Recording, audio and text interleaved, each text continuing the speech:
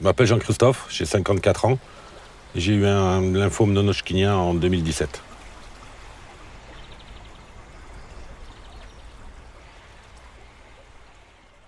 J'ai fait de la centrale nucléaire, j'ai fait de la mécanique générale, donc j'ai touché aux huiles, au gasoil, aux résines. J'étais polyexposé.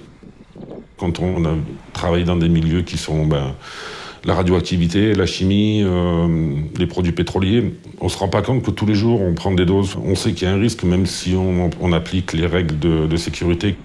Enfin, quand on s'est aperçu qu'il y avait des gros problèmes sur la prise de sang, j'étais sur un contrat d'intérim, donc sur une centrale nucléaire. Du jour au lendemain, on se retrouve dans un autre monde qui s'appelle la maladie. À la sortie, je me posais beaucoup la question de savoir qu'est-ce qui allait m'arriver, parce que c'est assez compliqué quand on est en difficulté financière et physique. La première personne qui m'a permis justement de faire reconnaître ma maladie en tant que maladie professionnelle, c'est l'assistante sociale de l'hôpital qui m'a mis en relation donc avec le GISCOP.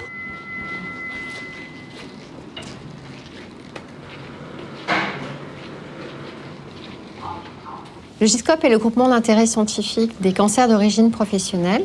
Donc, ce dispositif s'adresse aux patients qui sont atteints de lymphome malin non-Hodgkinien et de myélome et qui sont suivis au centre hospitalier d'Avignon.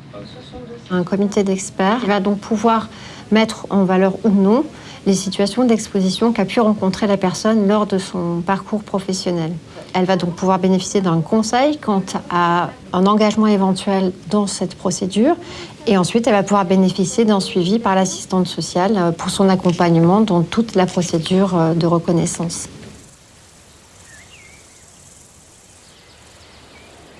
Quand on a monté le dossier avec le GISCOP et l'hôpital, je n'avais aucune idée de ce que pouvait être le montage et les résultats que pouvait être ce dossier. Ça avait l'air très très compliqué et aucune information au niveau de l'assurance maladie, au niveau des employeurs. Les services sociaux ne sont pas au courant des démarches à effectuer.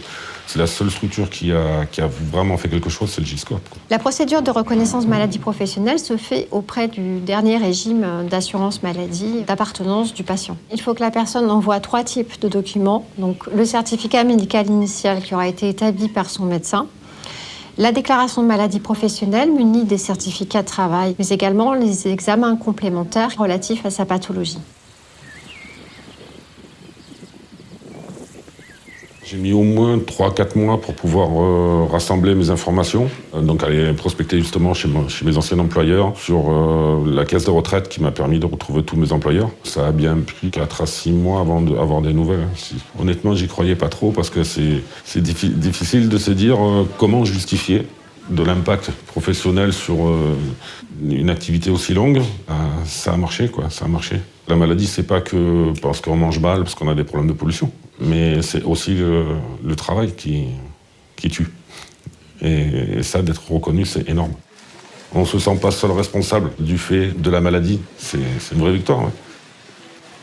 La reconnaissance de maladie professionnelle permet, si c'est une personne qui est en activité, de percevoir des indemnités journalières qui seront la plupart du temps supérieures à ce qui est proposé dans le cadre de la maladie classique. Mais également, à partir du moment où la pathologie sera consolidée, elle pourra obtenir une rente de réparation.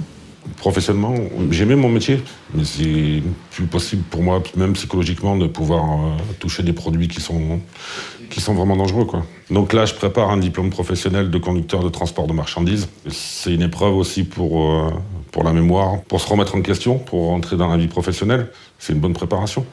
Et le GISCOP m'a offert quelque chose de magique. Ça a été l'étincelle qui a fait redémarrer toute la vie derrière.